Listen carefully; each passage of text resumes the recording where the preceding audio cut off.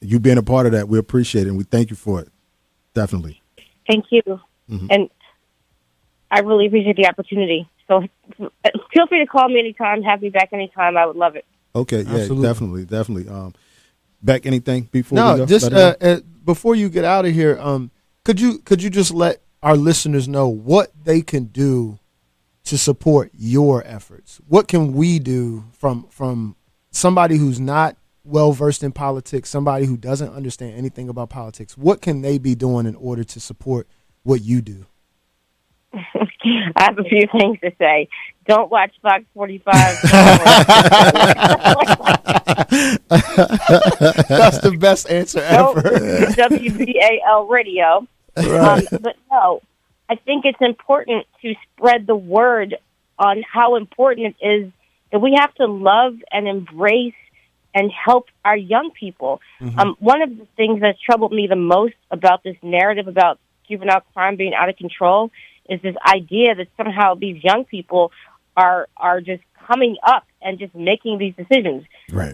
There's not a young person that does a single thing that's not a product of older people that either didn't do something or failed them in some way. And maybe it's not the parents, maybe it's the school system, maybe it's the overall village or community. But the bottom line is that children are our responsibility, right? You can't expect a 12, 14-year-old and we're not doing anything to steer them in the right direction.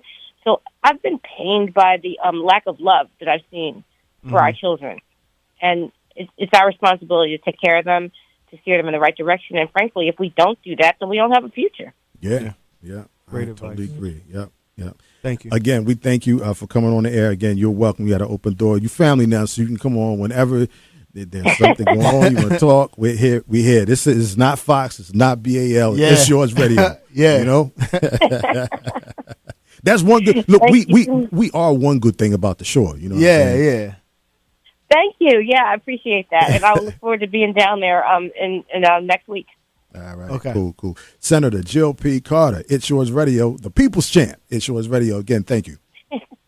Take care. Bye-bye. All right, take care. It's Yours Radio, live 97.5, everything urban, Breakfast Club in the morning, Ryan Banks at night. It's a dope conversation right Yeah, there, man. You know?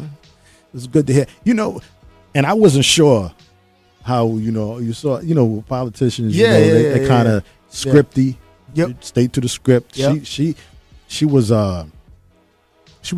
She's a straight shooter. Yeah, straight up. Yep. Wasn't no, reading by the but script, I think none of that. I think one of the most important things she said though, like I got elected into my position without any support, right? And so that kind of means you don't.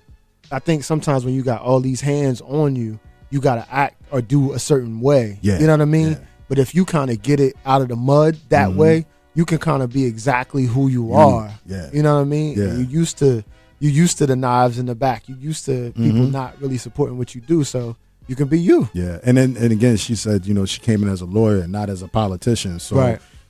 Some people are trained from college or when they're even high school when they start, taking those civic classes and different things, running for, a class president and all that stuff in high school, and they kind of groom themselves into that. She wasn't about, like you said, she was a straight shooter from jump. So dope. We're going to take a break, pay some bills. We'll be right back. It's Yours Radio, live 97.5. Donnie O, Devin Beck.